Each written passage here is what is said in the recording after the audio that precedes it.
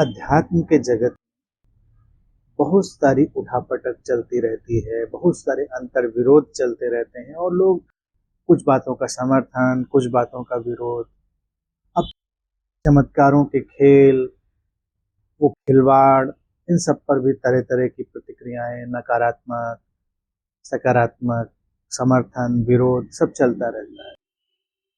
हमको किसी भी बात की मूल तह में जाकर देखना होगा।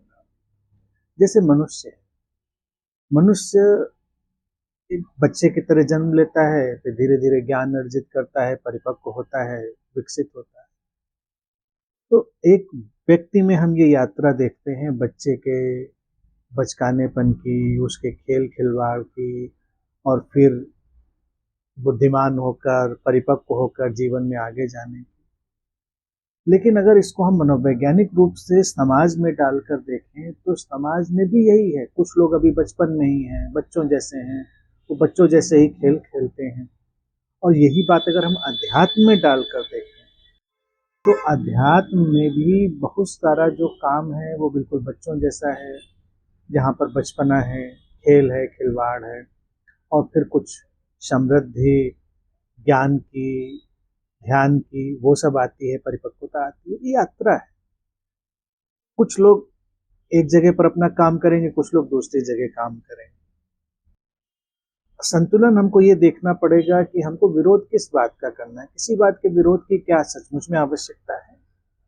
जैसे अगर कोई बच्चा कोई भी खेल खेल रहा है, वो हमारी दृष्टि में मूर्खतापूर्ण भी हो सकता है, हमारी दृष्टि में बिल्कुल व्यर्थ हो सकता है। बच्चे की दृष्टि में बड़ा महत्वपूर्ण, उसको उससे लाभ भी मिल रहा है क्योंकि खुश है वो। बच्चे के लिए लाभ क्या है? खुश है वो। तो इसी तरह से जब हम बाहरी जीवन में बहुत सारी चीज़ों को देखते हैं, तो कई सारे लोग ऐसे ही बचपने में संलग्न हो सकते हैं, उससे आप अपने तरह के लाभ वो ले रहे होते हैं।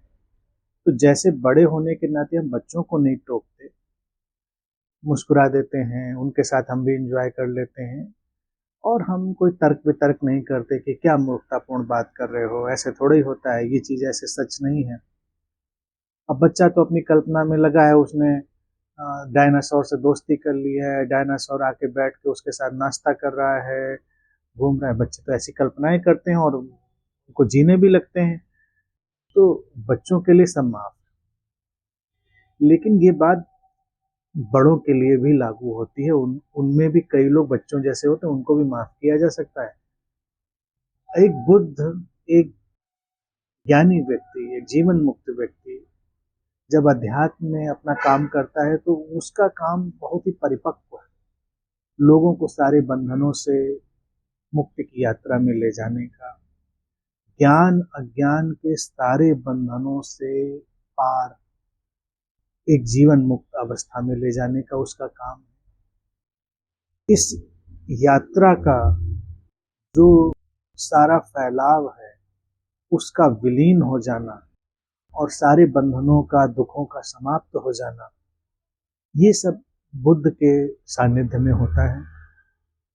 अब ये तो एक बिल्कुल अलग बात हो गई। उपनिषद उसी की बात कर रहे हैं, ताओ उसी की बात कर रहा है, बुद्ध उसी की बात कर रहे हैं। जो भी गहनतम दर्शन है, वो उसी मुक्ति की यात्रा की बात कर रहा है, अज्ञान से ज्ञान की तरफ जाने की, मृत्यु में घिरे जीवन के अमृत में जाने की। लेकिन वो तो परिपक्वता की बात है। इसके पीछे आएंगे तो नीचे बहुत सारे ऐसे लोग भी होंगे जो अध्यात्म में भी बच्चों जैसे होंगे। उनको चमत्कार चाहिए, उनको कोई मनोरंजन चाहिए, उनको कोई सहारा चाहिए, फिर उनको देने वाले लोग भी होंगे। ठीक है, समस्या उसमें क्या है? अगर वो उसमें खुश हैं, उनको लगता है कि उनको सहारा मिल गया, उनको लगता है इससे उनका काम बन रहा है, तो ठीक है, उससे कोई बड़ी अड़चन तो है नहीं। एक बुद्ध मुस्कुराकर निकल सकता है, उस पर उसको कोई टिप्पणी करने की, विरोध करने की या डांटने की भी आवश्यकता नहीं।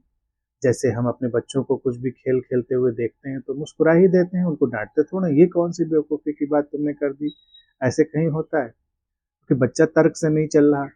तो अध्यात्म में भी एक वर्ग जिसको हम बच्चों वाले वर्ग में डालेंगे, वहाँ जिसको आस्था का बड़ा कार्य व्यापार लोग मानते हैं, और ये भी कहते हैं आस्था में कोई तर्क नहीं चलता। तो वही बात हो गई, ये अभी बाल मन है, अभी परिपक्व नहीं हुआ है। अध्यात्म में जो परिपक्वता आएगी तो वहां पर आस्था का कोई काम नहीं रह जाता, वहां केवल बोध का काम रह जाता है। एक बच्चा भी अपनी आस्था में जी रहा है, उसके लिए जो वो सोचता है वो सच है। वही बाल मन जब अध्यात्म में जाता है तो वो आस्था के साथ जो सोचता है, मानता है, भरोसा करता है, उसके लिए सच है वो खेल, हम उसको व्यर्थ कह सकते हैं। अब अगर कोई जाग जाए, परिपक्व हो जाए, तो स्वतः ही छोड़ देगा उसको। अब अगर बच्चों के उदाहरण में ही हम इस चीज को देखें, बच्चों को हम कितना भी ज्ञान दें बिठाकर, उनको कितना भी प्रवचन दें, तो जैसे ही हम उनको छोड़ेंगे, खेल अपना फिर वही शुरू करेंगे वो, क्योंकि उनकी बुद्धि, उनका शरीर मन उधर ही उनको प्रवृत्त कर रहा है, उधर ही धक्का दे रहा है। हम उनकी रोज क्लास लें बिठाकर, बड़ी बड़ी ज्ञान की बातें बताएं कि जो तुम सोचते हो ये सच नहीं है, होता ऐसा है, ये कोई तर्क पर बात नहीं बैठती है, ऐसा थोड़ा ही होता है। बच्चा सुन लेगा, कहेगा हाँ हाँ हाँ, लगेगा बड़े लोग समझा रहे हैं तो कोई अच्छी बात समझा रहे होंगे। हो सकता है एक आध दिन बच्चा कुछ अनमना सा रहे, लेकिन जैसे ही वो सामान्य होगा, फिर उसका बाल मन उसको धक्का देगा, फिर वो वही सारा खेल शुरू कर देगा। अध्यात्म में भी यही हाल है। ज्ञानी लोग बहुत सारी बातें समझाते रहते हैं, बताते रहते हैं, लेकिन जो अभी बाल मन वाले लोग हैं वो अपने खेल जारी ही रखते हैं, कितना भी कोई कह ले, किसी के समझाने से कोई अंतर नहीं पड़ता। अच्छा, जो सचमुच में बुद्ध है वो इसमें पड़ता भी नहीं, वो कहता खेलो। जिस दिन समझ आ जाएगी, बाल मन परिपक्व मन की तरफ यात्रा कर जाएगा, उस दिन ही खेल बंद हो जाएगा, व्यक्ति फिर परिपक्वता की यात्रा में जाएगा। तो मुझे लगता है कि जहाँ कहीं चमत्कारों का खेल चल रहा है या किसी भी तरह की आस्था की बातें चल रही हैं, वो बच्चों का खेल, उनको खेलने दिया जाए, उनसे उलझने की जरूरत भी नहीं, उनको समझाने की भी जरूरत नहीं, उनसे लड़ने की भी जरूरत नहीं, उनका विरोध समर्थन करने किसी भी बात की जरूरत नहीं। उनको अपने जैसा रहने दीजिए, आप अपनी बात कहते रहिए। जो मन जिस क्षण परिपक्व होगा, उस क्षण परिपक्वता की बातें देख लेगा और खिलवाड़ को छोड़ देगा, वास्तविक की तरफ यात्रा प्रारंभ करेगा। ये विभाजन अगर हमारे मन में स्पष्ट हो जाए तो अध्यात्म में और जीवन में भी कोई समस्या नहीं रह जाए। अध्यात्म में भी लोग क्या सोचते हैं कि अगर किसी के ऊपर हमने एक नाम दिया ये गुरु है, और हमने एक बुद्ध को भी कहा ये गुरु है, तो हम सबको एक ही जैसा देखते हैं। हम मानते हैं कि सब एक ही जैसा काम कर रहे होंगे या सबको एक ही जैसा काम करना चाहिए, लेकिन सब अलग अलग काम कर रहे हैं अपना। अब बच्चों को पढ़ाने में भी देखिए, जब हम टीचर्स का, शिक्षकों का, गुरुओं का उपयोग करते हैं, तब भी तो सब व्यवस्था अलग अलग है।